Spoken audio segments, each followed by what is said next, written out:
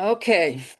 Hello, everyone. It's a real pleasure for me to welcome everyone in the new discussion as part of the Year of the Soul of the City, which is organized together with the Living Cities Research Group and Eco-Civilization.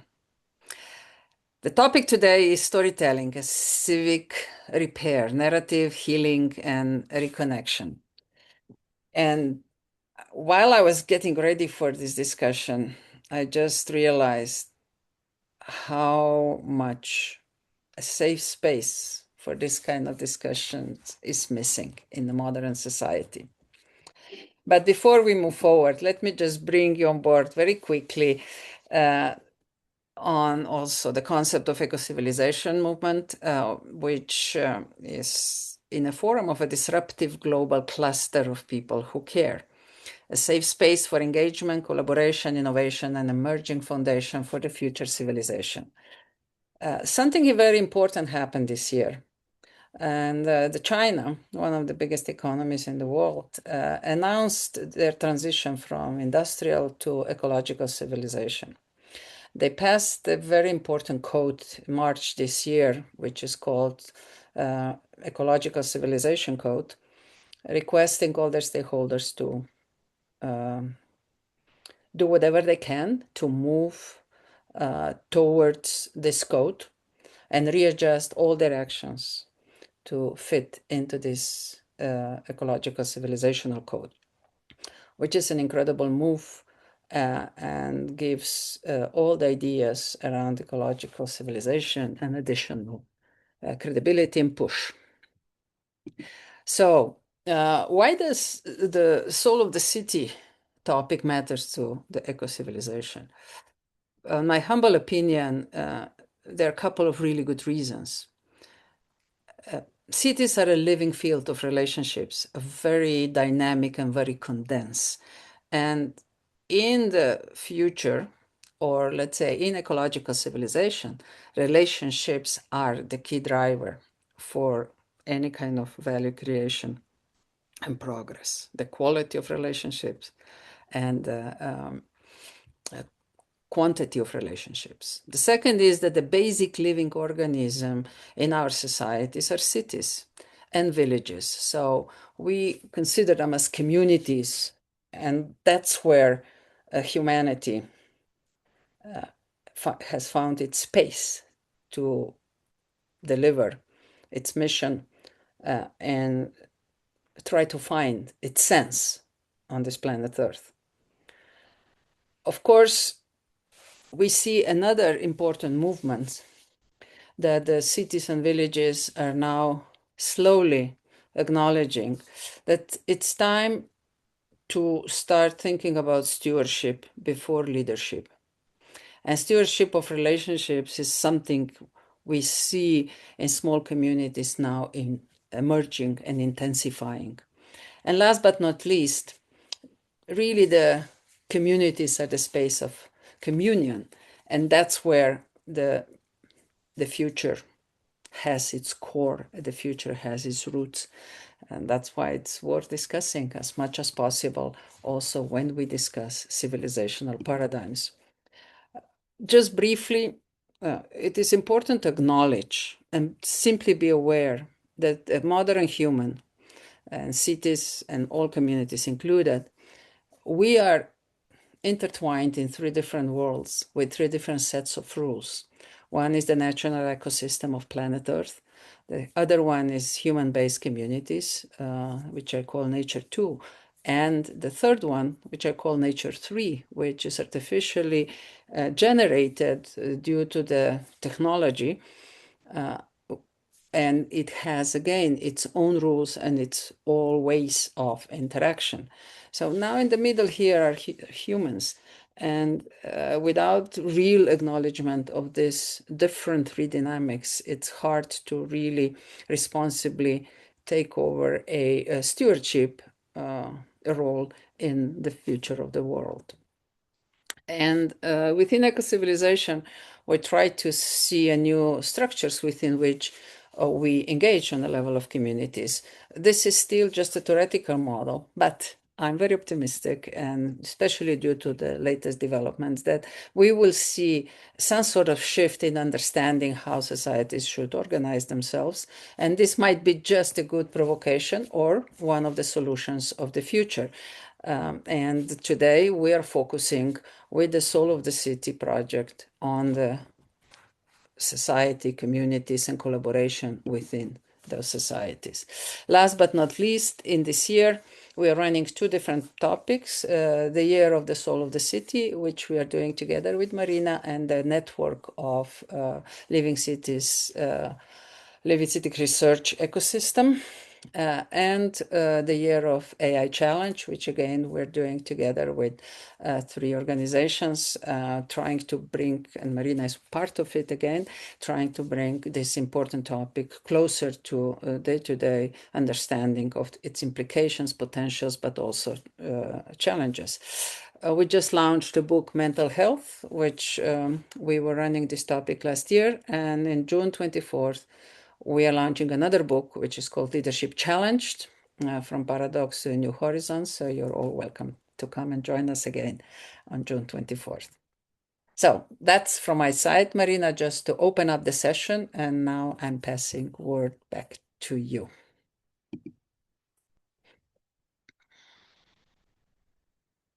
Yeah, thank you so much for setting the frame and the foundation for today's conversation.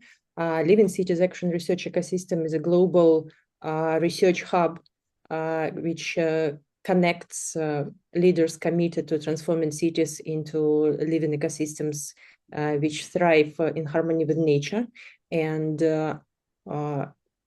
healing trauma, not only through reconnection with the past and healing the past wounds, but also through reimagining the future there, where these wounds can become not only healed, but to become the source of new energy and new creative activities. That's the one of the focuses of our research. And today's conversation, which is dedicated to storytelling as civic repair, is mostly focused on using story not only as the art or communication or entertainment, but mostly as the method of healing, reconnection, and civic transformation. And we look at it as the form of civic infrastructure, the way how communities can remember, grieve, restore trust, reclaim their identity, and, as I mentioned, reimagine new regenerative futures. So what we want to discuss today is how communities can move from inherited stories of victimhood, denial, shame, revenge, or separation towards the stories that make space, the space for dignity, accountability, resilience, reconciliation, renewal. And we are deeply concerned that storytelling may help, and we are working to bring this knowledge and these ideas on how storytelling can restore this civic identity and bring to the table marginalized voices, indigenous wisdom, migrant memory, intergenerational testimony, artistic expression, place-based knowledge, and how we can heal wounds which are connected with displacement, colonizing wars, different natural disasters, and many other objective historical situations that bring not only individual or even collective trauma, but also territorial geotrauma, which holds memory, holds pain. And we strongly believe and hope that today we will be able to describe and first of all discuss the practices of healing process of regeneration and bringing new energy of co-creation, healing, and trust to our modern communities. So let me introduce our speakers. And so I would follow their sequence of our presentation. So let me start with Professor Dr. Suada Sulimanovic, professor at the Faculty of Civil Engineering in University of Sarajevo, the country chair of eco-civilization in Bosnia and Herzegovina. It's really important that she is going to bring her perspective as an engineer, as an educator, and sustainability practitioner, shaped by the post-Yugoslav experience. And I hope that Violeta also maybe share some of her ideas briefly now, and reflecting on how storytelling, dialogue, and shared action can help rebuild trust, belonging, community resilience, and across inherited divisions. So also, I don't think that Violeta needs introduction, but let me do so. So Violeta Bulc is a founder of the Global Eco-Civilization Movement, former European Commissioner and Deputy Prime Minister of Slovenia. And also she can share some of her reflections on the role of storytelling in collective trauma healing in European countries. And the next speaker is Jim Brulé, transformational storyteller, death doula, a teacher and founder of transformational storytelling, with their ideas and presentations and her invaluable experience on the stories of the city and how collective narrative practices and the framework of narrative healing can help us reimagine our futures. So sharing the grassroots model of uncovering community narratives and strengths and resilience and healing is a very valuable and very much looking forward at contribution today. And the last but not least, Dave Smith, who is joining us from Aotearoa, New Zealand, in the middle of his night. So thank you so much for your contribution and for your willingness to be with us in the middle of your night. And it's a very interesting conversation with him, which we are very looking forward, that will bring us insights from of the community resilience post-earthquake healing experience. So it's not only some technocratic or maybe human caused problems, but also how the community can recover from the natural disasters. And also he is an author of absolutely fantastic graphic stories and tales for children, which also bring place-based wisdom and approaches to healing and collective imagination in the reparative practices in local communities. So our conversation promises to be very rich. We will have an hour and a half and maybe a little bit more. So I hope that it will also be intense. And we also have Omar as our co-speaker. So Omar, we will be glad to hear maybe some your ideas after all speakers shared their vision and idea and contributions. So Violeta, back to you, and then Suada. Thank you. Thank you, Marina. And since Suada and I both are invited to share post-Yugoslavia story, I just wanted to shape first, frame the time and space within which these stories are emerging. We come from a very turbulent region where we had incredible history of fights and change of kingdoms and kings and emperors and all kinds of tribes that actually move through our territory. This is just a very short history of how the Yugoslavia came about. And in such a short period of time, so many different really rulers have ruled in this area. But above all, Social Federal Republic of Yugoslavia was a very unique story on its own. Why? Because it consisted of 6 republics, 6 nations, 5 languages, 2 analphabets, 3 major religions. I mean, you can imagine the diversity that was created, and above all, we peacefully coexisted for many decades. We shared flag, anthem, international affairs, military, federal budget, but we had a very independent republics within Yugoslavia. Each republic had its own national institution, school system, its own police, jurisdiction, local self-governments, media, press, and everything that is actually more related to independent states than just a republic. And that was probably the reason why we could peacefully coexist for so long. Just out of curiosity, if you take a sports point of view of the story, we had 87 Olympic medals, 30 World Championship medals. So sport was very big, and that kind of connected us and united us in many ways. To further explain the importance of this space is that Yugoslavia was never part of either East or West Bloc. Even more, the President Tito and Yugoslavia were one of the key initiators of an incredibly important global movement that existed in the period of a Cold War, which was called non-aligned movement. And hardly anybody knows that that movement consisted of 120 member countries and 17 observing countries. So some sort of very dynamic political playground was created.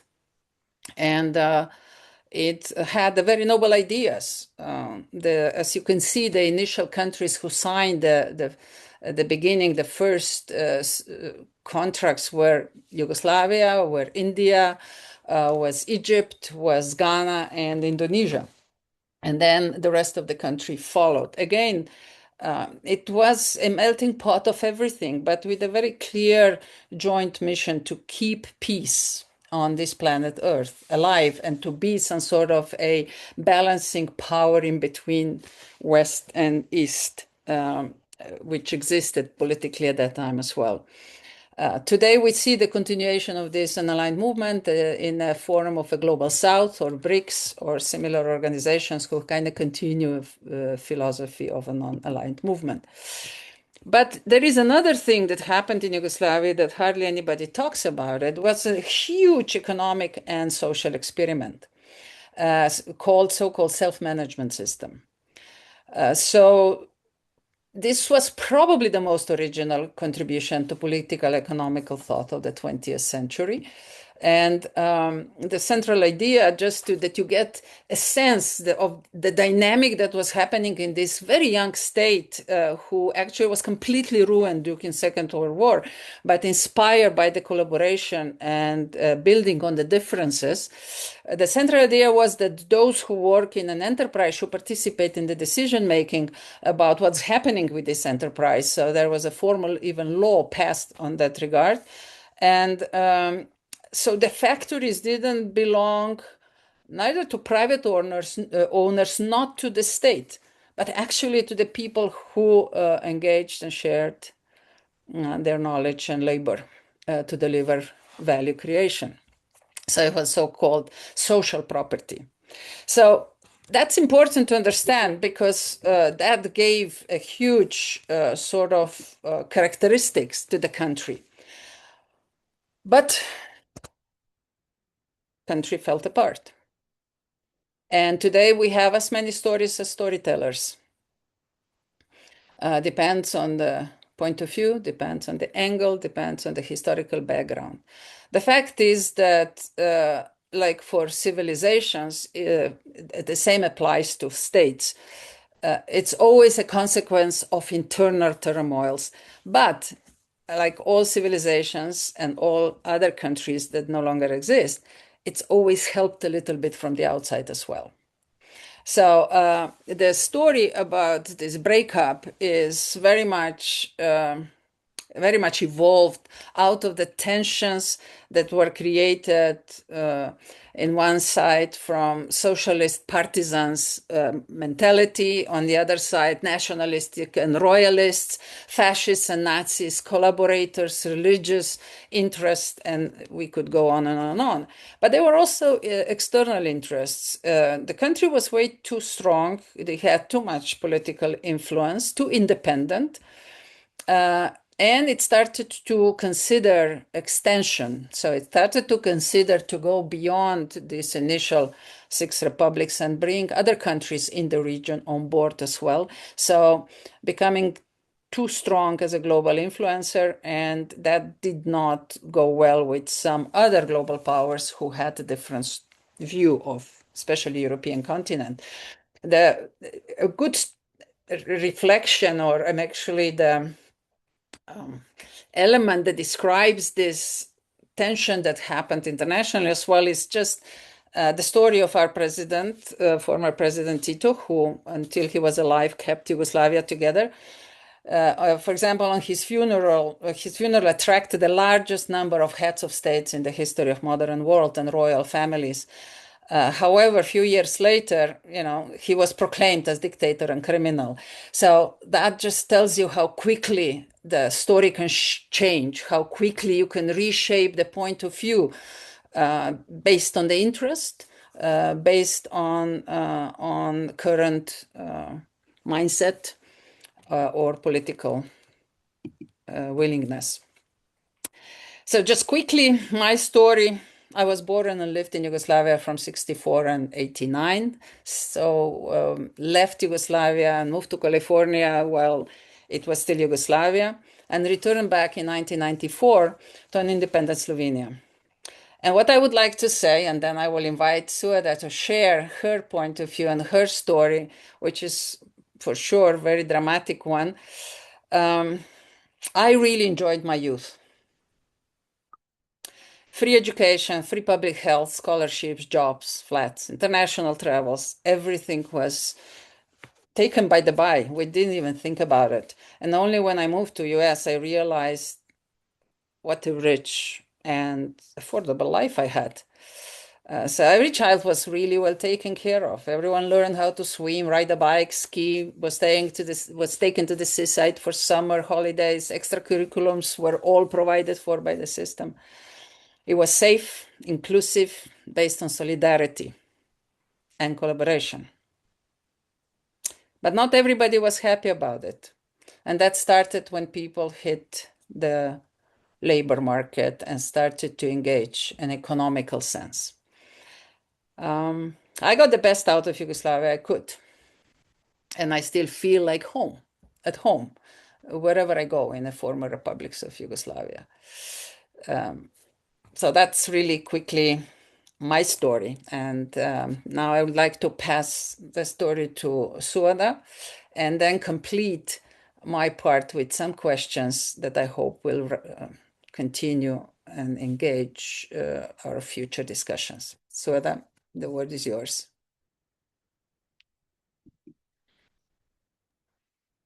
Okay, I'm here. I want to thank you for having me today, and thank you, Violetta, for invitation today. Before I begin, please bear with me, as English is not my first language, and I'll do my best, and I'm sure we will understand each other just fine. Also, I want to apologize in advance, as I will need to leave a bit earlier due a prior commitment. However, I'm delighted to have this opportunity to contribute to this important discussion today. I wrote down my speech because I want to be brief without forgetting everything I want to say, so don't mind me reading a little. As you said, my name is Suada Sulejmanovic, and I'm professor at the Faculty of Civil Engineering, University of Sarajevo. Today, I would like to share with you how my teaching, research, and professional work have reconnected me with people, places, and cities across the region, and how through cooperation, dialogue, and shared purpose, they also become part of my own journey of healing after the trauma of war and displacement. Violetta said a lot of things that I wouldn't even know how to explain. Thank you, Violetta. But all of it is true. You addressed storytelling's role in healing collective trauma in Yugoslavia and the post-Yugoslavia region. I would like to continue from that perspective. For me, this question is not only historical or political, it is deeply, deeply personal. When I first read the topic of today's conversation and the question, who gets to tell the story of the city, I found myself asking a different question. Which story do I belong to? Because I was born in Serbia, then one of the republics of former Yugoslavia. I grew up in southeastern Bosnia and Herzegovina, and for almost 35 years I have lived in Sarajevo, the heart of Bosnia and Herzegovina. For many people, Yugoslavia is remembered less as a political entity and more as a part of their personal story. It brings back memories of childhood, family, friendships, and a time when everyday life seemed connected by a shared sense of community. While the country has disappeared from the map, it remains alive in the memories of those who experienced it. Throughout my life, states, borders, and political systems have shifted. Even more telling, the stories we share about ourselves and others have transformed. My childhood was happy and carefree. But just after my 18th birthday, the arrival of war irrevocably changed everything. In the years that followed, I experienced displacement twice and witnessed how a place you know, the people you know, and the life you know can become something entirely different overnight. In such moments, you do not lose only your home. You lose a sense of belonging. You lose part of your identity. You lose the story that once helped you understand where you fit in the world. These experiences taught me that identity is not shaped only by geography or political borders. It is also shaped by the stories we tell, the stories we inherit, and the stories others tell about us.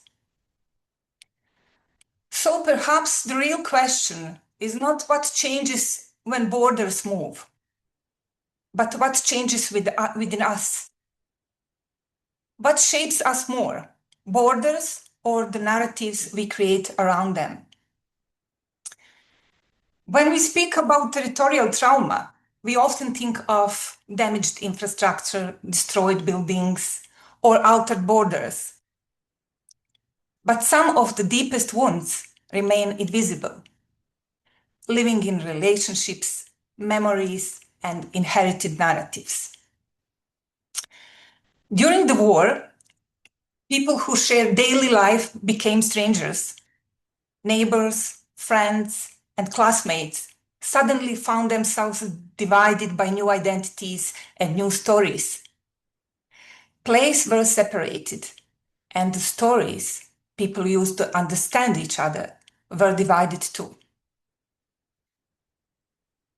Living in Bosnia and Herzegovina, the country that continues to carry the consequences of war and fragmentation, has shown me how powerful stories can be.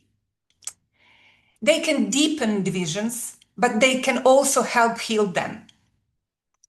Healing often begins when people start talking again, when they listen to one another and share memories, fears, losses, and hopes. But trust is not rebuilt overnight. It grows through dialogue, cooperation, and shared experiences. When people work together toward a common goal, they begin to rebuild connections and create new relationships. These shared experiences often become the foundation for new stories, stories that bring people closer together rather than further apart. I know this from personal experience. Years after the war, I work and collaborate with people who once found themselves on opposite sides. What brought us together was not politics. but conversation, cooperation, mutual respect, and the recognition of our shared humanity. That is why I believe storytelling is not merely a way of preserving memory. It is also a tool for civic repair. Stories create space for empathy, understanding, and reconnection. They help us see the human being behind an identity and the neighbor behind a vision. Today, Sarajevo is my home, not the city where I was born, but the place where I rebuilt my life, relationships, and sense of belonging. This experience taught me that belonging is not defined only by where we come from, but also by what we build together. So, who gets to tell the story of the city? We all do. Those who were born there, those who arrived later, those who left and returned, those who experienced loss, and those who found a way to begin again. And no single story is enough. But together, our stories create a fuller, more truthful, and more human picture of who we are. And perhaps that is where healing truly begins. Not when we forget what divided us, but when we find the courage to listen to one another, work together, and create new stories. Stories that honor the past, acknowledge pain, and help build a shared future. Thank you. Thank you very much, Suad. I could feel your emotions at the back, your memories at the back. And this is exactly what we need to do, build new stories that are bigger than ourselves. And that just complements really well the closing remarks that I wanted to make about story of Yugoslavia, which is just a good example. So I love my country, Slovenia. It's a small, beautiful, safe, really great culture and fantastic language background that really helps us to stay unique in this constellation of nations and countries. And I love EU. I love the project of 27 European countries working together to keep the peace within the EU territory and make sure that we could prosper together. But it feels strange, really, not to be able to talk about Yugoslavia at all and build on these experiences that we had that can be so educational for so many others. Because if I'm very honest, I see we're repeating the same mistakes, not trying to really learn from the history. And my big question here is, who gets to tell the story of the shared home that no longer exists? And I'm sure this is not only about Yugoslavia. There are many shared homes that no longer exist. And there is no doubt that Yugoslavia was an inspiring story, a story larger than ethnicity alone, a story of anti-fascism and Nazism resistance, social solidarity, modernization, mobility, and coexistence. And cities like Belgrade, Sarajevo, Ljubljana, Zagreb, and Skopje became places where incredible cultural diversity emerged. However, it broke down, and this is what I'd like to put a special emphasis on. As Suda said, on a baseline, it appears that many stories compete for its own narrative. Yes. And about belonging, loss, identity, memory. And this continue to shape cities and societies. And I just realized while I was going back in my memories that many of these escalated conflicts are based on genuine wounds hidden in the corridors of history, something that has not been spoken about, something that did not have a space where it could be reconciled and could be used as a building mechanism for a more open, inclusive, and society or city with a higher level of awareness. Somehow, nobody's playing that role. So I would say as many stories as storytellers. And for me, history is a big teacher.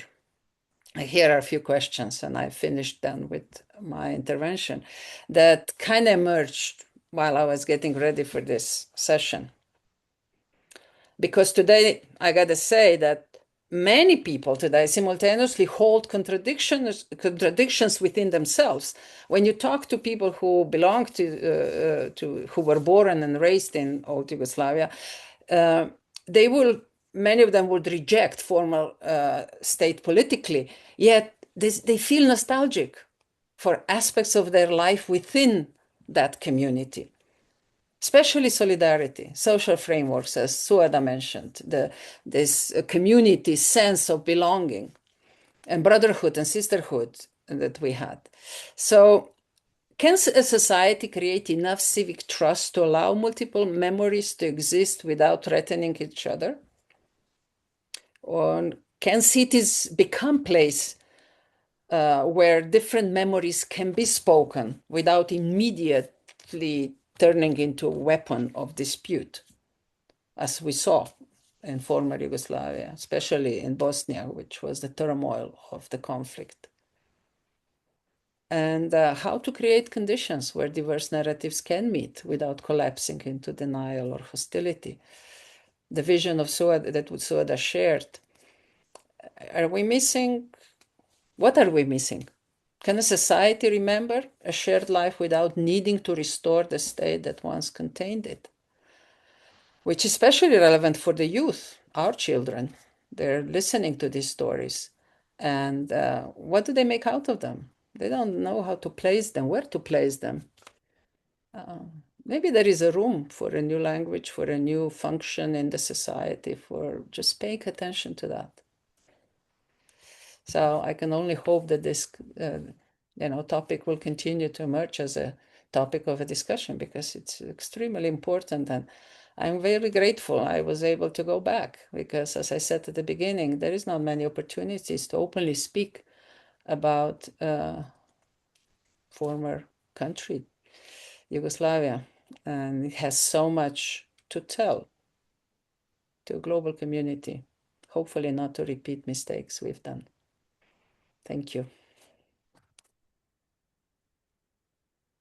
Thank you so much, you, Violeta, and you, Suada. And as we were preparing to this conversation, I mentioned with all of you that this topic is deeply important for me personally, because I was born and raised in Soviet Union, the country that also does not exist anymore.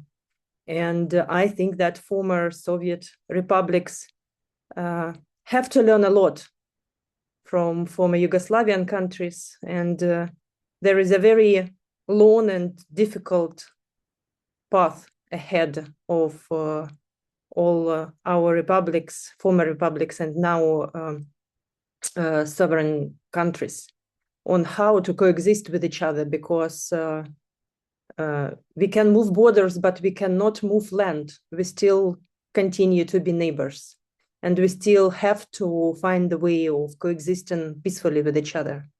So yeah, that's a deeply personal story for me, and thank you so much for sharing your experience in this, because so strange that human societies continue repeating the same problem in different contexts and different stories, time frames and regions.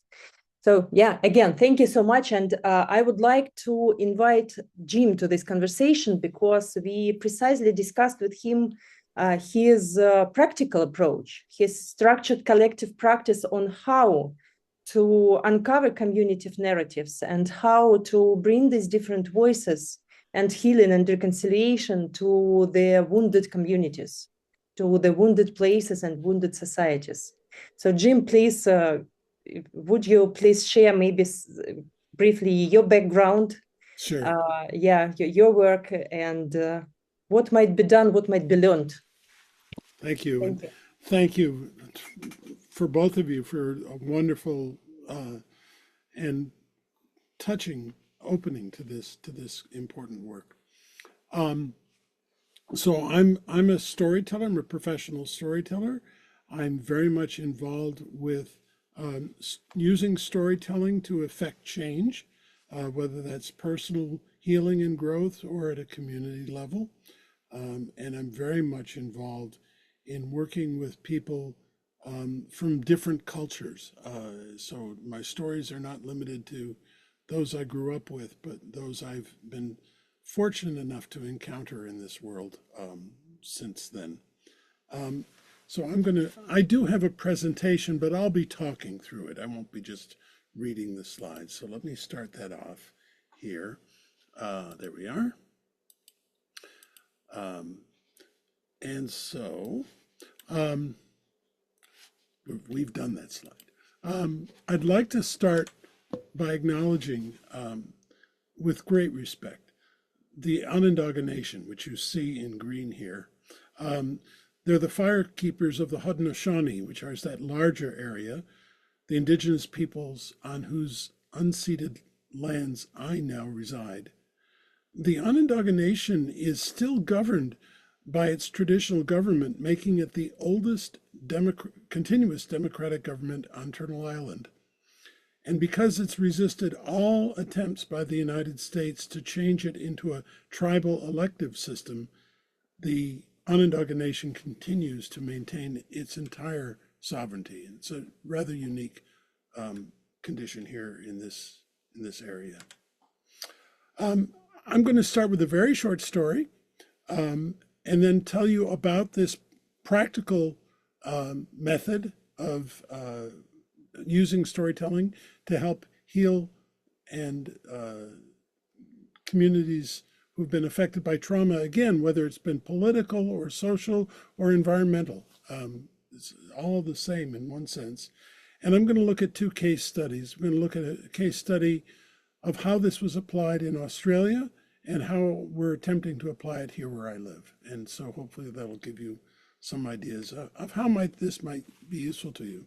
There's more slides here than I usually like, and that's because I do outline the steps to this, and I want to make that available. So we'll have that for you as well. So the first thing is the story, and this is a story that is often told as a joke, but it has come to me that is very, very deep wisdom in this little story, and most cultures have a wise fool in their compendium of characters. They might be Nasrudin, they might be Yoha, they might be the people of Chelm.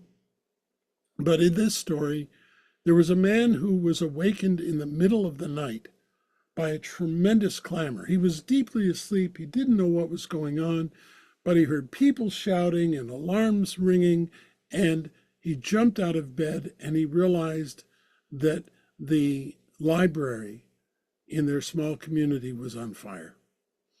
And so everyone jumped out of bed, ran to the well, got their buckets, and raced over to the library and started throwing water on it to try and put it out. And this fellow turned to his neighbor who's standing next to him with his bucket of water, and he says, "Thank God that the library is on fire." And he looked at him and he said, "What are you talking about? It's our library." And the man said, "Well, but it's the middle of the night. If it wasn't on fire, we wouldn't be able to see what we were doing."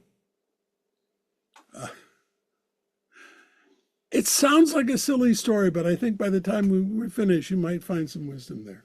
So anyway, so I'm going to be talking about collective narrative practice. That's a formal approach. I've adapted it myself. And it comes from the Dulwich Center, which is in Australia. they've been doing this for certainly more than 20 years. And it's a technique that's been used with communities that have undergone some kind of collective trauma, a variety of ways. It grew out of the work on individual therapy called narrative therapy, but it's been specifically adapted to work with communities in an important way. The main philosophy behind this approach is that we're not looking at individuals anymore. We're looking at communities who have shared trauma with an explicit purpose, and that is to move from victimhood to resilience, to tell stories that emphasize the strengths and the flexibility that communities have rather than their trauma, labeling them as victims. That doesn't mean we ignore those stories, but we tell them in a new frame. And the key concept that they like to say is the community is not the problem is the problem. So it's not the community's fault that they're faced with this, but there's been some kind of force that has brought this trauma to them, and that's the thing that needs to be addressed. So let's have a quick look at this one effort that went on early days in this project in Australia. It was hosted by the Dulwich Center. This was really their initial work with it, which operates on Kaurna land. And they worked with multiple, what they call Aboriginal communities in Queensland and Kamkuran. Now, what you need to know about these particular communities is that the median age in those communities was very, very low. It was only 24. You think about communities where most of the people are that young, it tells you there's been a loss of elders for that to happen. Even in that region, it's still 13, 14 years younger than the median age. So that was part of the circumstances under which they found themselves.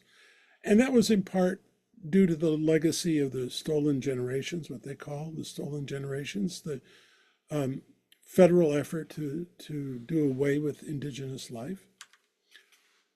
But the problems they were facing were what they ended up calling lateral violence. And this might resonate with some of you. And there were 4 dimensions to this. One was that they were engaged in what they called dangerous talk, gossip and rumor mongering. And this was resulted from people not having a shared history, people trying to figure out what they were going to do and fearing their neighbors who they saw as threats to them. So it led to isolation of individuals in small communities. It led to protracted feuds between families and a lot of physical violence. There was also a huge problem with the questioning of their individuals' Aboriginal status. You might be too light colored, you might be too dark colored, but now all of a sudden the government had said you're Aborigines, and so people had to figure out where did they fit in that, and in order to protect themselves, they naturally would say, well, I am and you're not. So this was another fuel to this fire. There was also, as I mentioned, a lot of physical violence. There was a lot of, also it happens, a lot of suicide, a lot of depression and suicide. So you can start to imagine the community that this is describing. And of course, because there hadn't been stories told before, now the stories that were being told were only of this terrible situation, and that was being passed down to the kids. So they didn't have a story of strength, they had a story of pain and victimhood, and that's what was being passed along. And it was tearing the communities apart. So the Dulwich Center come in, and I'll show you what they did, but to set your context, what they did is they say, let's pretend that this lateral violence is a character in a story. It's not you, it's not me, it's not you're doing this or I'm doing this. It's an outside force that is attacking us in some way or besieging us in some way. Now, if that's all you did, it would not be a productive thing. So what they next did is they took some of the elders, because there were still elders in these communities, and they had them personify that lateral violence character and enter into dialogue with people in the communities, so that people could express their anger, their pain, and these elders, who were very well trained, would then enter into dialogue with them and try and move towards some kind of understanding of what was going on. It's an unusual approach, but when you've learned how to tell stories and how to inhabit stories, this becomes not a difficult thing to do, and it leads to some really wonderful outcomes. And what were those outcomes? So after this took a couple years, but after this time, these are the outcomes they could measure. One is they had a shift in the way that people talked about themselves and as being resilient, not being victims. This entered into their everyday language, which is huge. They collectively, as small communities, just rejected lateral violence. They said, we're not, this is somebody else's agenda. This is not our agenda. We're not going to do this. They created a library of what they called collective documents, but they weren't just documents. There were oral stories, there were written stories and books, there were songs, there were poems, there was artwork, and they collected all these things and made them available to everyone so that they could come and interact with them and start to have a tangible aspect to their history. I mentioned there were problems with depression and suicide. They went and educated the providers of mental health, who were generally from the outside, from the federal government, and helped them understand their cultures and their way of doing things. And it improved the delivery of support in those institutions. And finally, and this is the most exciting thing for me, is that this was successful enough that they started telling other communities about what they had done. And I mentioned there are two communities. One was in the south, one was in the north. They got in touch with each other and they started to feed back and forth what was working for them and what strengths they had discovered. So it's something that once it takes hold, it can really have a wide-ranging impact. So how do you do this? Sounds good. Everybody says I've got the solution, but how do you actually do it? Well, the foundational exercise that they have is something they call the Tree of Life, and I'll show you that in a moment. It's an exercise that starts being done by just two people, really one person and then two people, but it's done in the context of a community. So you've got a whole room of people doing this, and they end up interacting more and more together. What we're using this particular technique to do is to build stories that can be interwoven. So my story gets woven with yours, it's woven with another's. One of the challenges, and it's been a challenge for me here, is that outsiders are never the owners of the stories. The leaders are always insiders. This is not someone coming from outside to fix what's going on. It's outsiders who have a brief interaction with the community to teach them these techniques, and then they run with them. And they can serve as consultants from time to time, but this has to be seen as fully owned by the communities one's working with. Otherwise, it's just another external imposition of value. So how does the Tree of Life works? Well, it almost sounds too simple, but here's what you do. You know those big Post-it notes that are really easel-sized? Everybody gets a Post-it note of that, and they draw this skeleton of a tree on it, and then they start to label it. And there's 5 labels that they give it. The first is, alongside the roots down there, they'll write, what's my history? Where do I come from? What do I know about my past? Those are my roots. The next is, what is my daily life like? What do I do? These aren't long stories, but these are just points so that people can say, here's, I'm a shepherd. I take care of the goats. It's my job to do that. What does my day look like? And then it moves up to skills, abilities, and values. So again, notice we haven't talked about trauma at all yet. All right. Who am I? What am I good at? What values do I hold?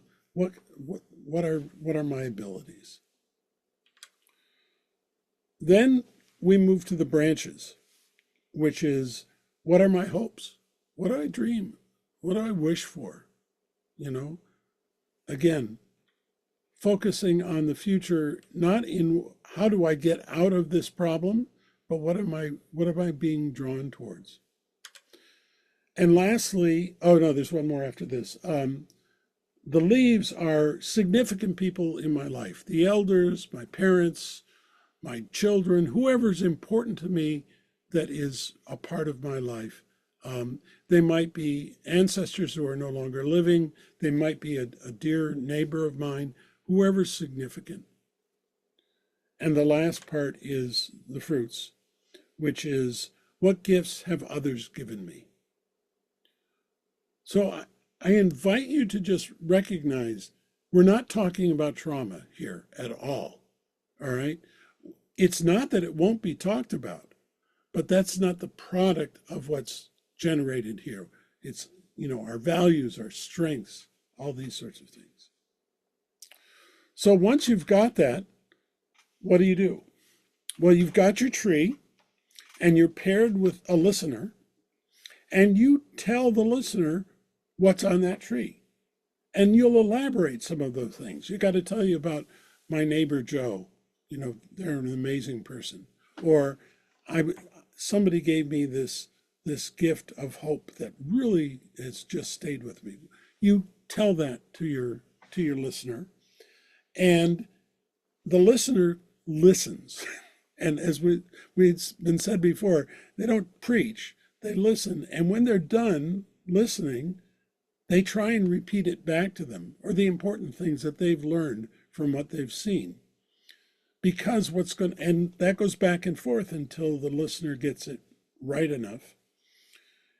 Because what's going to happen is the listener is going to be the one to share your stories with the rest of the group. And that's critical, because it starts to build this interaction and this deep listening within the group. And after that's done, you put your stick-it note up on the wall. Well, if you've got 20 people in the room, pretty soon you've got a forest of these things around, and they're not all the same by any stretch, because we're all different people. So once you've built that forest, you say, well, now, if this forest was to encounter a storm, what would its best strengths be? What would it best be positioned to weather?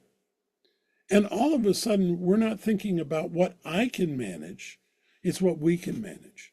And if this kind of problem comes along, well, I can turn to this tree over here who's got some extra skills. You start to build this sense of a community of resources that says, what is it that we can actually encounter and weather? Then what happens is what I mentioned before. This starts to get written down. There might be certificates. Some people are really motivated by certificates. So you give them a certificate for having completed this. Kids do artwork.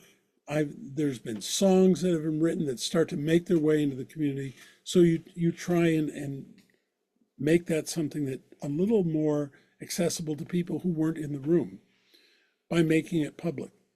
So here we're putting them in libraries, we're putting, wherever people can encounter these things, and then ultimately inviting other communities to share. So that's the method. Now I'd like to quickly tell you a little bit about what's going on here, my early days project, and some of the challenges we're facing, and then a couple more thoughts, and I'll open up to questions. Syracuse, New York is a typical smaller sized city in the United States. It's one that heavily dependent on manufacturing. When that left, the city started to collapse. But that wasn't the real problem. The real problem was the racism that we were facing in this city. Back in the 1960s, the federal government decided that we needed an interstate system, and they asked the Defense Department to build it. And what that meant is the Defense Department didn't think about cities, they thought about points of connection. And so they would route the interstates through the centers of cities. Well, if you think about what that means, you have to tear things down to put the road through. And where did they put them through? They put them through the people, the least valued communities within those cities. And so that amplified the problems we were having with racism. As a direct result of that, the infant mortality in Syracuse is the highest in the nation.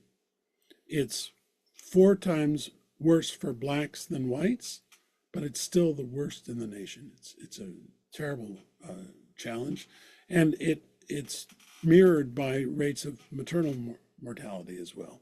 So it's just a very difficult place to be in that regard. And there's other statistics, but there's good sides here too. We have an incredibly diverse set of diverse immigrant communities here. In the local high school where I work as a volunteer, there are over 70 different languages spoken. Now, that may or may not seem impressive for those of you in Europe, but I'll tell you, in this country, meaning if you're an American, that means you speak one language, like me. That's really pretty impressive. And we are a sanctuary city, so we are one of the cities that people come to when they're facing challenges with immigration. They can come here and be safe from intervention. I'm going to just show you a couple maps. This was the red line map that was drawn back before the interstate was born. The red spots were the only place that what they called then Negroes were allowed to live. And you can see that there were various neighborhoods assigned, Jewish, Italian, Polish, and so on. But if you look at that, you can pretty much, and that east-west gap was the Erie Canal. So that was where the canal went through, that joined east to west across the state. This is where they put the interstate, right through the heart of those areas where the only people who were allowed to live there were, frankly, the blacks and the Jews. And they all got displaced. What happened was the blacks were put on the west side of that north-south place, so they literally live under the interstate. And the Jews were moved to the east. Now it's been 60 years since this has been up. The highway is starting to collapse physically. And so one of the good things the government has done is said, well, rather than just rebuild it and tear down more buildings to make that happen, we'll route it around the outside of the city. And we will tear down this part of the interstate entirely and replace it with community space, parks, walkways, more friendly housing, that sort of thing, which is a wonderful thing, except that it means that all the people who live under the interstate right now have to be relocated again, because you can't live when this thing is coming down. And the federal government just took away all the money to help relocate them and find a new place for them to live. So we're back with the same scourge. But that's the environment in which I'm working to work with these communities to say, how do we tell stories of our strengths rather than all the problems that have been imposed on us? And I will tell you, as a white man from the suburbs, It's harder for me to gain entry to a lot of those communities, but I'm doing that. So kind of to wrap up, and then we'll take some questions. What I like to call this is we're moving from trauma to crucible. There's an old Lakota understanding that who we are the stories we tell, literally, the swarm of stories that we either listen to or tell others or that are told about us.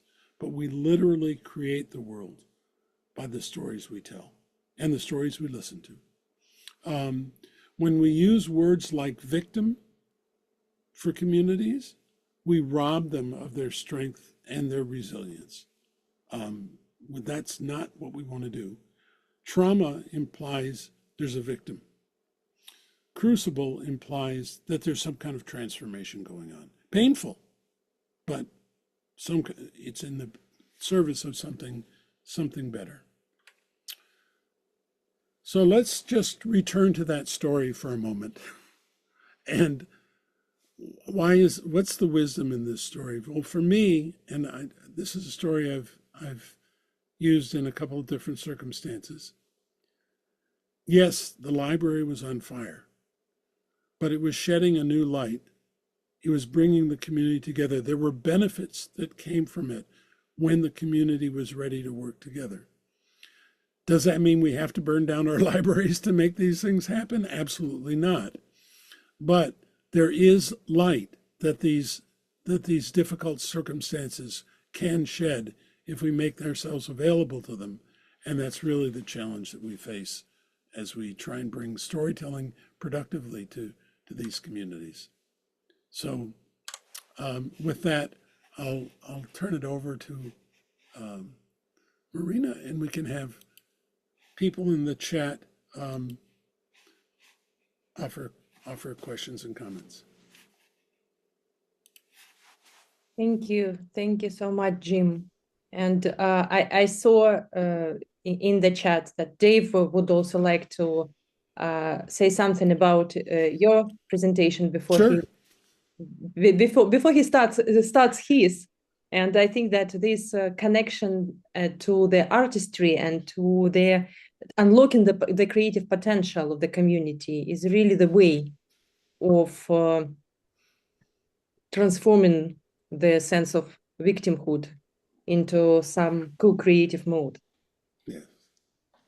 Dave, please, what you wanted to share? Yeah, well, my short note was just to say that how I really relate to the approach that you've taken in Australia, and the story there of that city relates to my hometown Christchurch, which I will talk about shortly. The Tree of Life. Yeah, that's a drawing that a sketch that I've done. But you've placed all of the elements on there with the roots and the fruit and whatnot. And yeah, there's a bit of a story behind that that's personal to myself. So yeah, no, that was just yeah, Thank you. I could relate to it on so many levels. I look forward to building up the relationship and moving Yes. forward. Thank you. Yeah, I think for me, one of the keys in that exercise, it's anybody can really understand it, but you've gathered people together because they're facing a challenge, and the first thing you talk about is not how do we remember all the terrible things that happened. I mean, they'll be in the room, right? It's part of who we are. But to start to say, well, what do we want to keep? We don't want to keep the trauma. We want to keep the strengths and the resilience. And how do we maneuver from one to the other?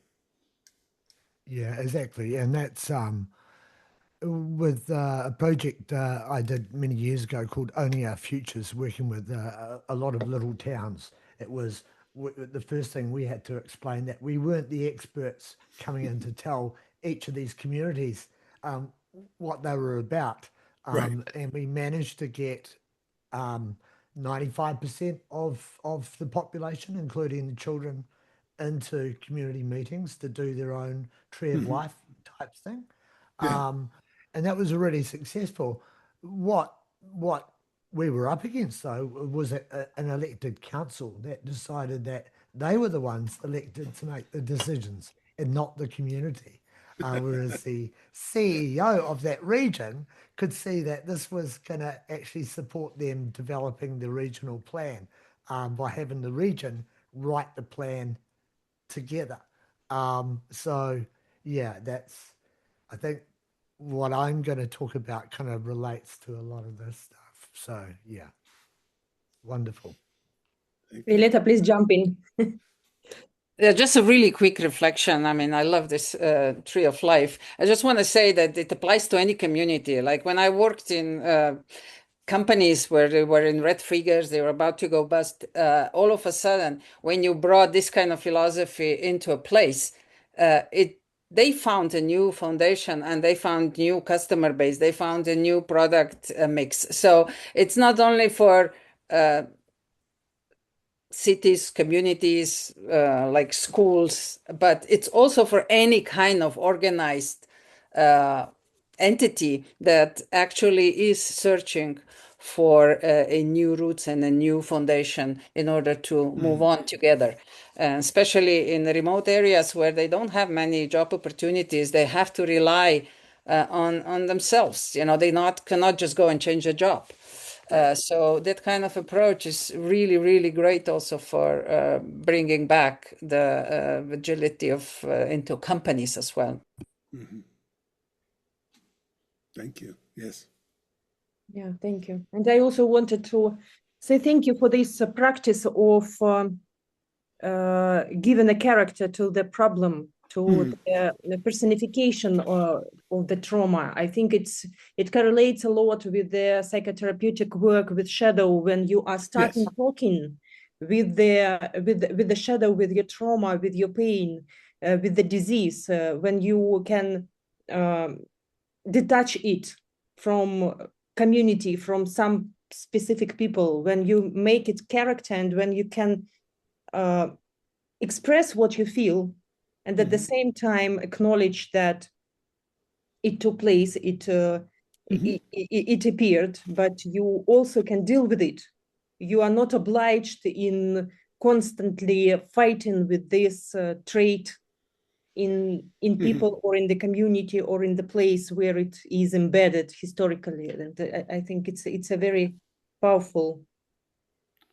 Yes, and I'll just say two things quickly. I know we're running out of time, but one is what makes this even more powerful than normal shadow work is that you have an actual person personifying it, and there can be a dialogue. When a lot of the shadow work that we do normally is with an imagined something, but when you have an actual person, and that takes training, but that's okay. Making a few of these people available can be a real benefit. A lot of my work right now is under the category of what I call healing monsters. So I'm looking at stories where the monster, rather than being defeated, is being healed or transformed. And when that happens, we realize that that monster is actually helping us heal and maybe is a good companion to have despite their difficult origins. And so my Substack is Healing Monsters. So that's what I work on. Thank you all. Yeah. Beautiful. And speaking about imaginary characters and monsters and living magic things, Dave, could you please share your real case about the restoration of the community after the earthquake in Christchurch town, and also your beautiful stories of stories for children in order to reconcile, in order to engage through children their parents and through parents the communities into the healing practice and work in New Zealand? Yes, thank you, Tanakoi. I will just share my screen and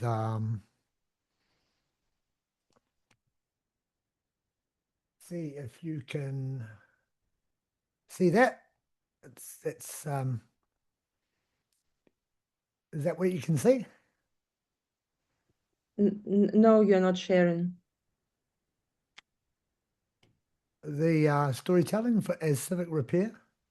No, you're not sharing the screen. So Oh. could you maybe stop sharing and try again, maybe?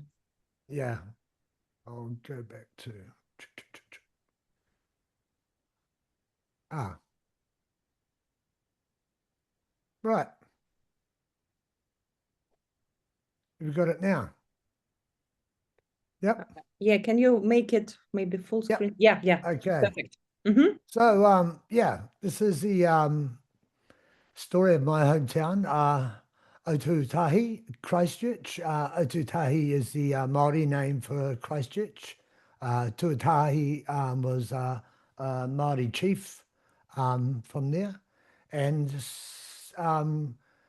stories, this is really the start of the focus is really on what happened on the 22nd of February in 2011 with the Canterbury earthquake. We had two earthquakes. The initial earthquake was in my hometown, which was just out of Christchurch, Kaipoi. That was a 7.1 earthquake that was fortunately more rural and there were no deaths. But then after that, there was an aftershock of 6.3 that took 185 lives and damaged 130,000 homes, 30,000 of those seriously damaged, 10,000 of them completely destroyed. So the town was devastated. And the reason why a 6.3 earthquake caused so much damage was that it was pretty much right underneath the city. And it was a city that was built on land that was unstable, that the Ngaitahu, which were the local iwi, local tribe, advised the early surveyors that this was not a good place to build on. This was flood-prone swampland and not suitable. What happened in that earthquake was that the shaking caused the swamp to come up through the ground. And so this process of liquefaction happened. So not only did the buildings collapse, and it was a town that was known as our garden city. It was full of beautiful Gothic architecture. And of course, that stone architecture just collapsed. So the earthquake really ripped the soul out of the city. So what happened after that event? There were a couple of really good things. Is that the community came together, and a big part of that was the formation of the student volunteer army. The university students formed this army of wheelbarrows and shovels and started going through the suburbs, just cleaning the whole place up. It changed people's opinion of students, which tend to be young people having a party and a good time and getting out of control and whatnot. But they set to work cleaning the town up, and then after they'd done that, the second part was to start replanting. So that was one of the good things. The in this image here, this visual shows just an area that was all housing that had to be cleared out, and it was you can still see the mud and the liquefaction coming up. So vast areas couldn't be rebuilt on. So many people were displaced. In the picture there is my favourite cousin Evan with the Governor General, and Evan was part of a group that fought for the residential people, particularly the ones that lived along the Avon River, whose houses were red zoned. In other words, they couldn't live in their houses again. They had to move out. So Evan had a vision to turn that red zone into a green zone and to have it replanted as a park that would go through the town. And it's something that has now happened. Unfortunately, Evan passed away before it came into fruition. He had terminal cancer throughout this whole period. So yeah, the good thing is that he's left this amazing legacy and started to put some of the life back into the city with his vision. Now, at the time of the earthquake, I had been working with this chap here, Michael Cambridge. Michael Cambridge was a farmer from another region who had planted 1 million pine trees on his land. The Regional Development Agency asked if I could work with Michael to look at how he would add value to what he had planted. He'd been travelling from Aotearoa, New Zealand, to Austria and in Europe to look at what they did with pine. And together we developed a way of milling timber that was normally wasted into a material that could be used for housing, that would be healthy, that would alleviate the splitting of the wood, was antibacterial. And we built this little test cabin, which we called the Snug, which was a little $3,000 solar cabin that maintained your body temperature because of the grooves of the timber and the camphor from the pine was healthy for your lungs. Because of the earthquake, we decided that we would gift Christchurch people these little cabins. So we filled that little black cabin up with food, and I got hold of the Mayor of Christchurch's wife, who was a friend of mine from my acting days, and she found a solo mother with a couple of children that couldn't sleep in their house at night time because of the damage that we would give this little cabin to. Just before we loaded the cabin up to take to Canterbury, we were told that we couldn't take it there anymore. There was a political problem going on. So so that was the end of that. We took it there anyway, but we couldn't give it to the family. What then happened was that the council decided to have this competition and invited people to come up with the most innovative concepts to build a village in the centre of the town, which had been destroyed. The first prize was the land, which was a square called Latimer Square. They put it out to the world, to architects all around the world. There were over 1,000 entries that was submitted. And I decided, well, I'd been doing stuff around housing and different materials. So I assembled some Māori architects, Polynesian architects, eco-architects, permaculture specialists, and invited them to my place, which was a big house by the sea in a town called Whakatane.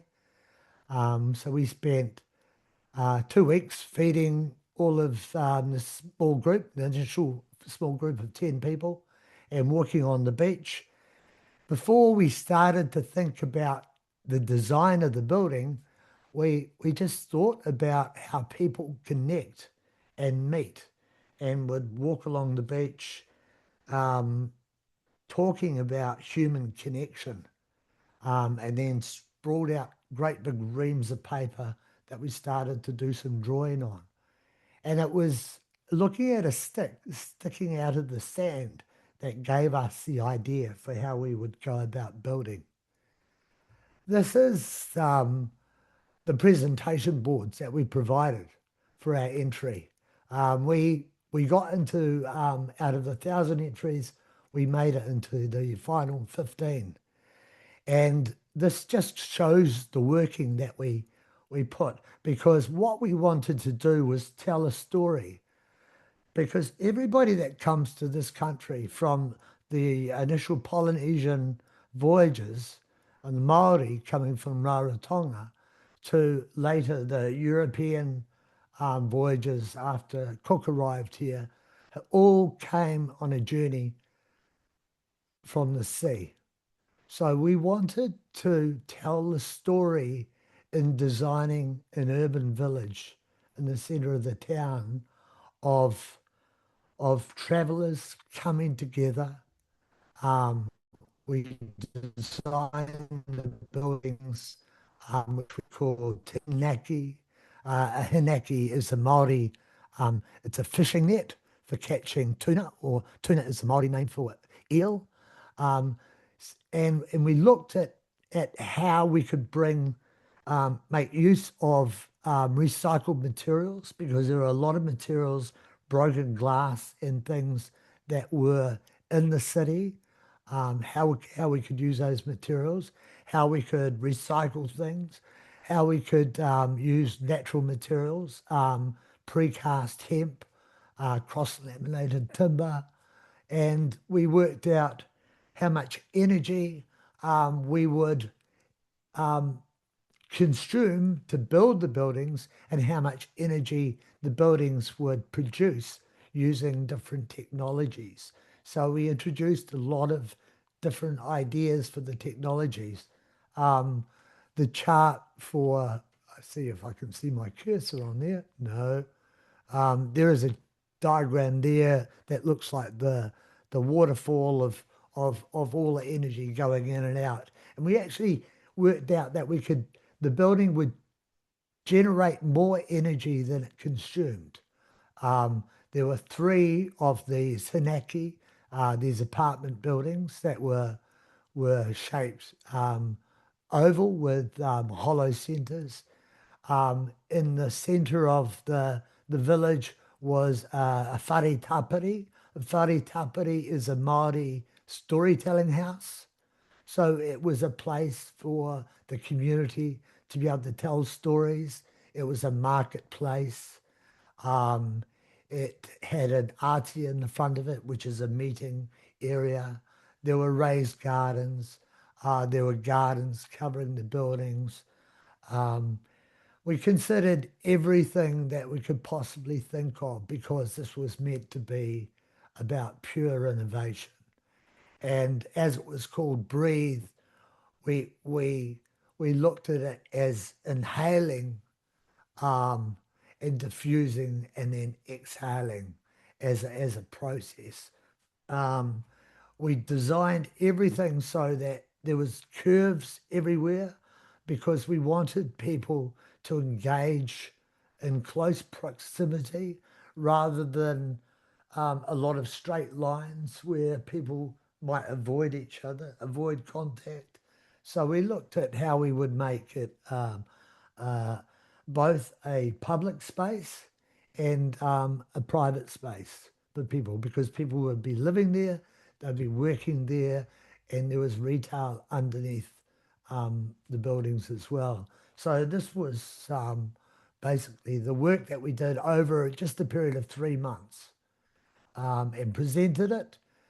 And then what happened was that we were told our idea was very innovative. In fact, it was too innovative.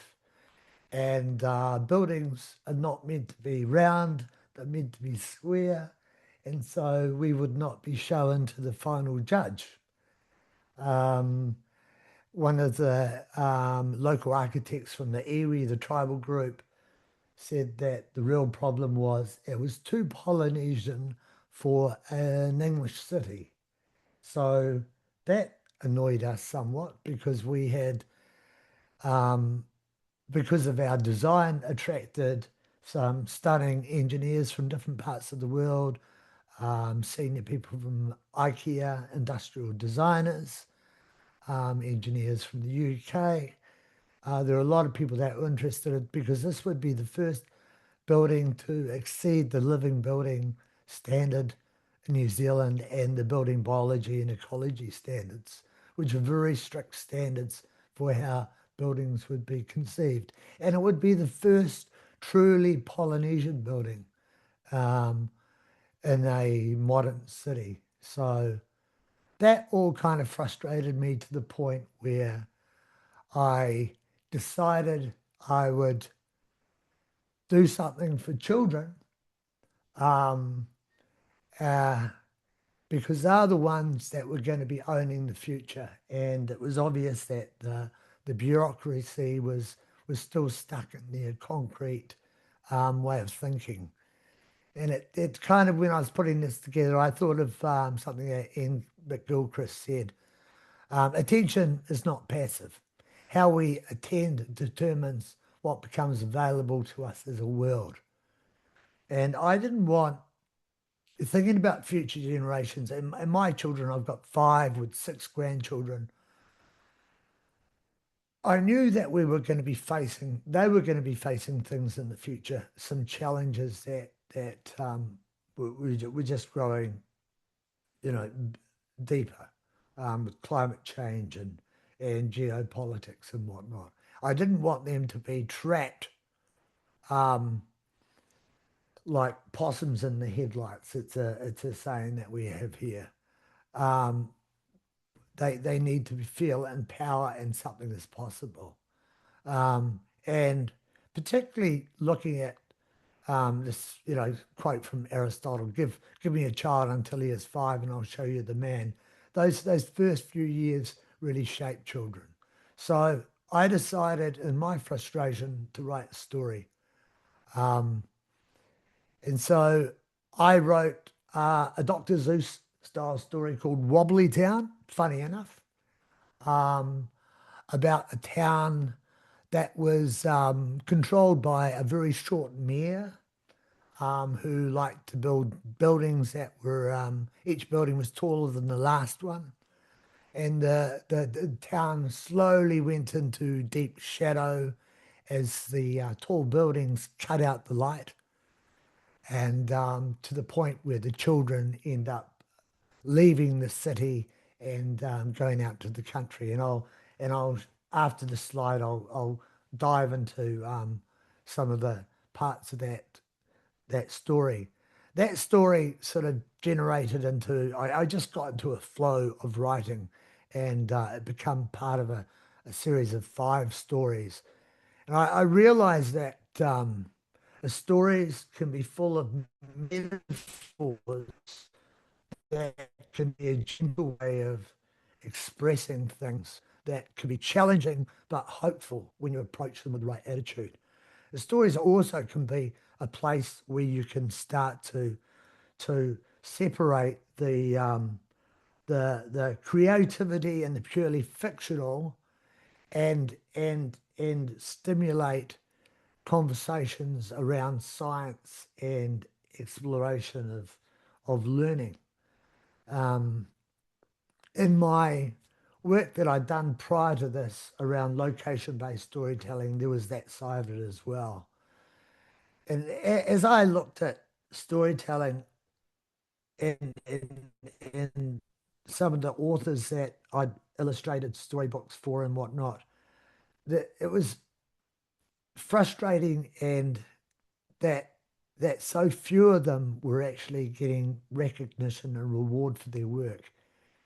And I realized through conversations that I needed to do more than just write a story that might have some impact.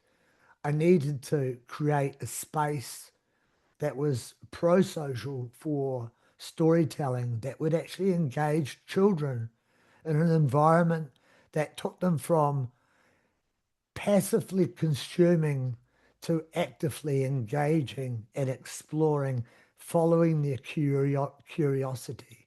So the easiest way of doing something that was inclusive and free to access was to build this Imaginarium, which is the picture on the left, a digital space with that could be filled with pro-social stories. That my stories were just samples of what could be possible for other people to play stories, and so the whole architecture of it could be gamified and engaging for children, so they could start to explore a story, stories within stories within stories.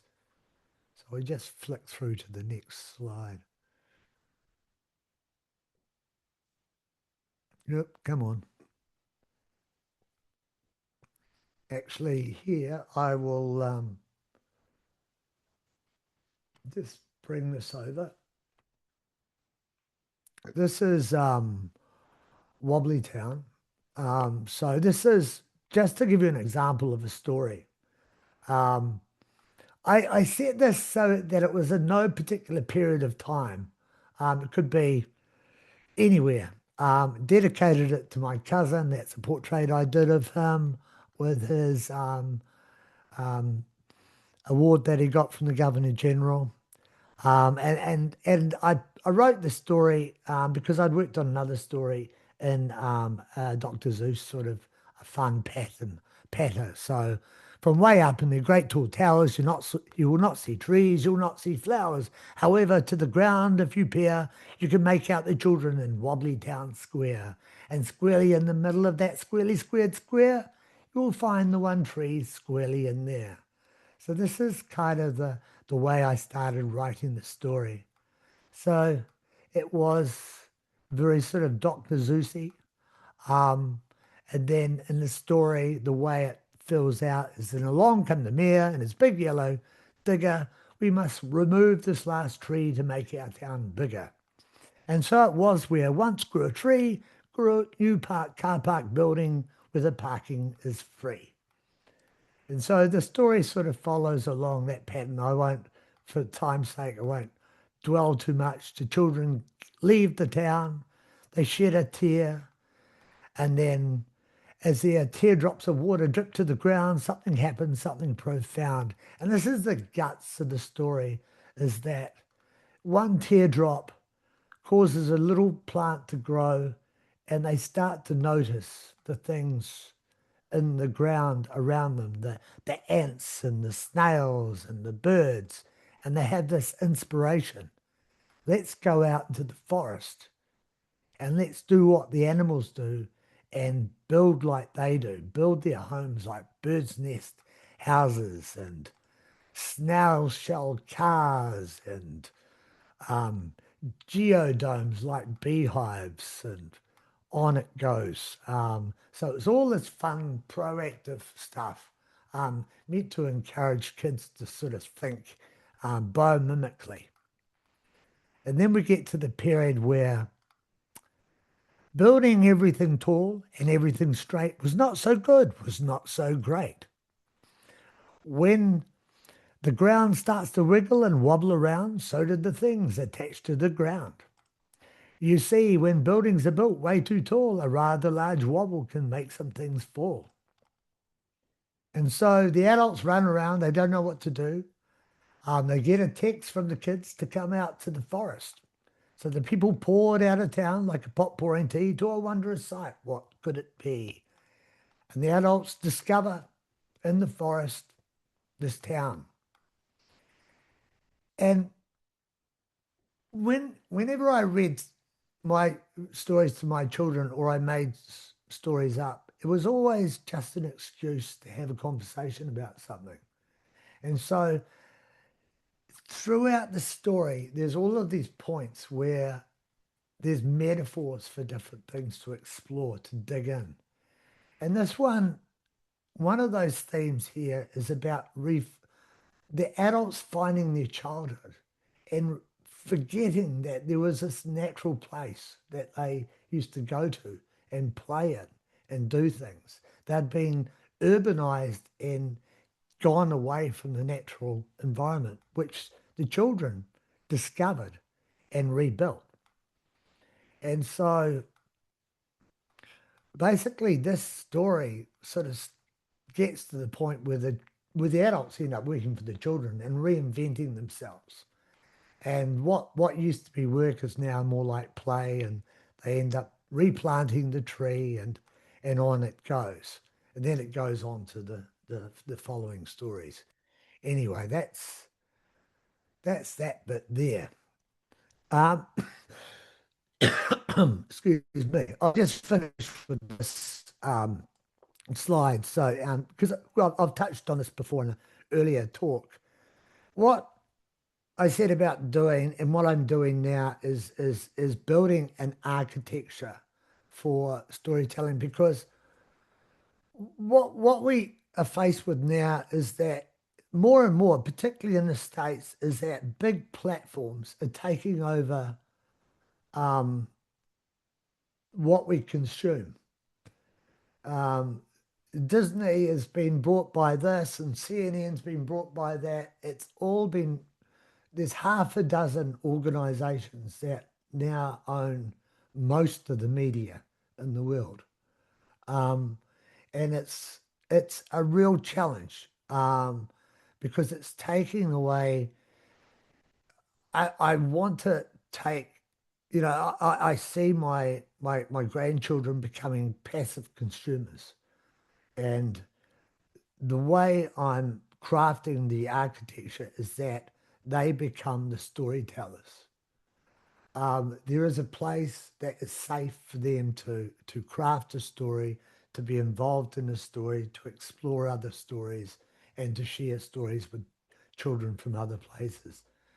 I've got a dozen stories, and they also go across different species, because this is something I got from Robbie Stamp talking about Douglas Adams and The Hitchhiker's Guide, was to see the world through multi-species lenses. So I could go on about this for some time, but I'll end it here. It is about refining our head, heart, and our hands, how we feel, how we think, and what we do, and feeding back that to the child, to the family, to the community. So it's very much about community storytelling, and envisioning what our futures could look like. So yeah. Anyway, I'll stop my sharing if I can find the right button.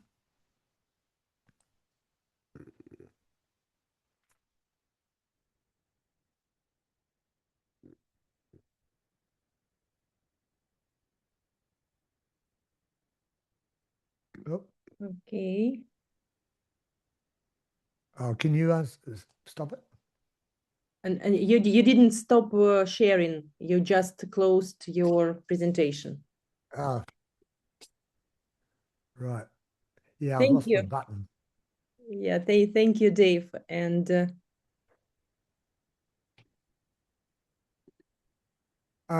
Marina, can you uh, stop sharing for me? Violeta, maybe you can. Press the stop sharing at the bottom. I cannot even now, even though okay, no.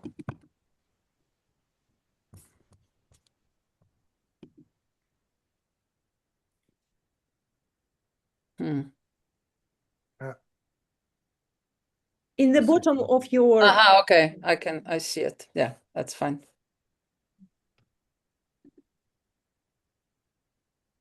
You got it? No, the bottom you have stop sharing at the bottom of your screen.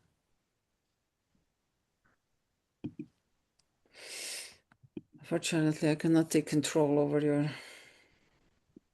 No, unfortunately, it's sorry. Just close and come back. Yeah. So while we are managing the screen, I wanted to ask if there are some ideas and questions and thoughts around what Dave have shared, and before Dave, Jim and Violeta. So maybe you would like to add something, and after that, maybe Omar could also join us and share some thoughts. We have another 10 to 12 minutes, so I think that it would be great to maybe share some ideas and feedback and finalize our question with maybe some takeaways of what might be the most important to be shared.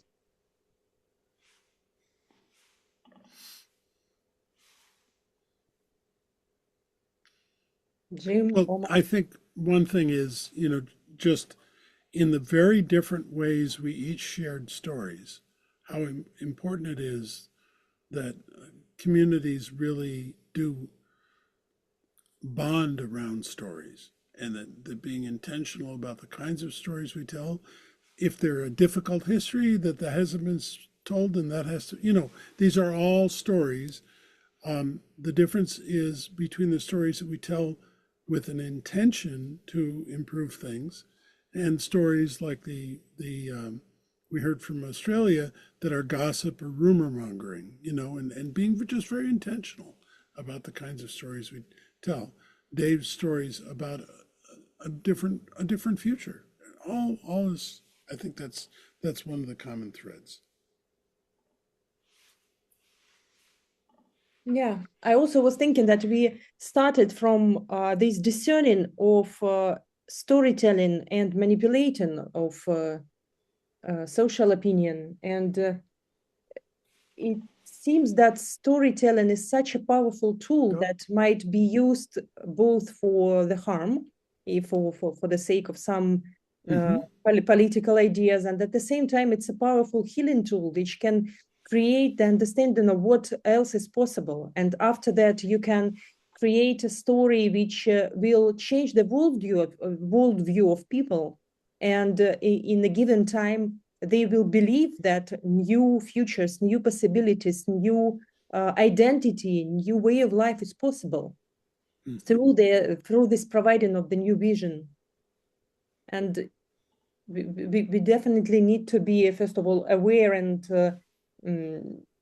careful and respectful to the story as a tool of what we are narrating, what we are bringing to the community. And at the same time, it's such a beautiful opportunity to bring peace and to bring reconciliation and shared vision of a beautiful future for the community.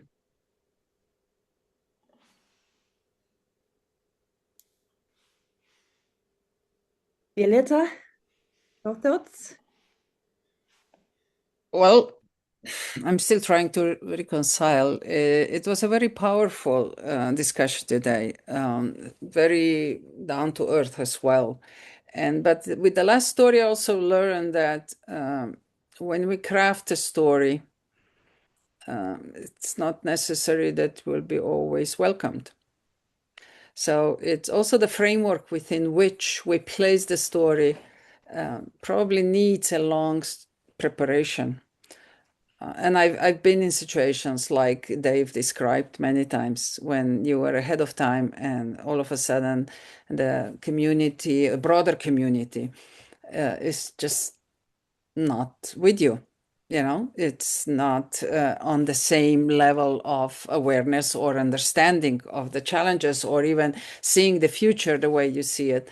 So what Dave did and moved to a storytelling for kids and creating this vision of this naturally sort of calibrated communities with the natural environment maybe place positive seeds in kids that will read these stories, and tomorrow they will be the ones who will support projects like that and projects that he was aiming at the beginning. So I think that is really worth bringing into our awareness. I'm sure we all have stories like that, and then we ask ourselves why. It's just it's equal responsibility of building the broader awareness as following your dreams. And I'm learning that all the time, and I'm seeing it with my own ideas. It's just often they are way ahead of time, and I don't have patience to build the supporting communities. But the older I get, more patient I am, and slower I manifest my ideas, and making sure that they can land and get rooted into something.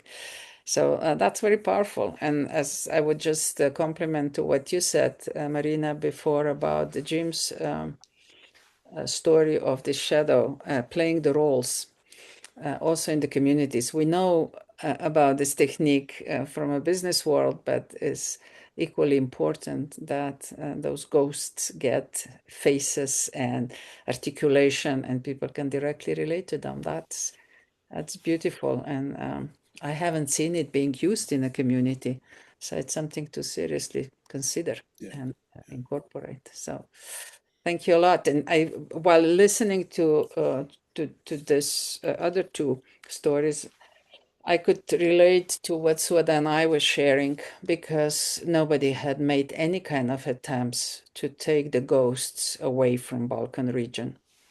And those ghosts are still there. There is a lot of reconciliation going on within particular communities, but not on a regional level. On a regional level, nobody has addressed them. And these political ghosts are still around, and the stories still get repeated instead of learning and building a different future based on those experiences. So, yeah, really, really deep and important messages, which I hope we continue to share. We will share all of these stories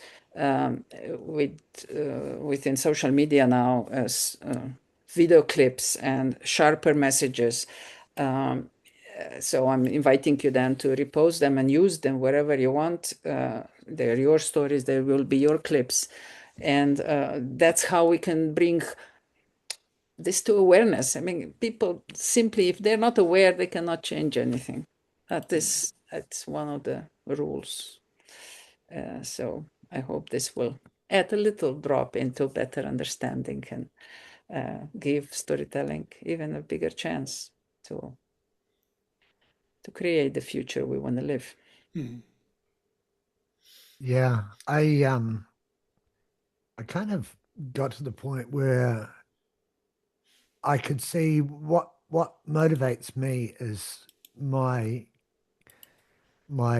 children, my grandchildren, and so they influence my thinking, and so to then focus on working with them and using humor and fun and stuff that they could relate to is a good way to influence the adult rather than trying to influence the adult directly when thinking is very stuck, and that's where the metaphors come in. And I think I've had the privilege of talking to our friend Robbie Stamp a lot over the last few years around his work and the Hitchhiker's Guide and the next iteration of it, and realizing how powerful satire can be to take some of the heat out of things that can be quite confrontational when you take things very seriously all the time. We can laugh at ourselves and be a little bit more, a bit more humility, and then with that humility, free up our thinking. So yeah, all of these. This is just another wonderful opportunity to learn a little bit more. Thank you. Yeah, thank you so much for this deep conversation, and I hope that we will continue this discussion because it seems so powerful and so important. And when we are talking about the soul of the place, it is inseparable from the notion of the healing of the soul, the healing of the soul and soil on which we live. and from which we feed not only physically but also spiritually. And it was such a powerful conversation, and thank you so much for this deep conversation, sincerity, openness, and we will continue collecting these stories. And we also discussed that we will aim to create a book which will be specifically focused on the reconciliation and trauma healing, geotrauma and territorial trauma healing. And again, it's so important to acknowledge and to heal and to nurture the trauma, the wound, the past, but at the same time to look at the future, to smile some ways possible, to laugh at ourselves, and to co-create new stories which are full of joy and happiness and hope, instead of pain and maybe some blaming. So yeah, we are the weavers of the future of our children. Thank you. Well, And and you know, the Haudenosaunee, the Onondaga have a value that says you always consider the impact to the seventh generation. And that's an important perspective. and that's a great ending. That's sharp, 1700 Central European Time. Yes. And let me stop recording. Yeah, deep gratitude. Yes. So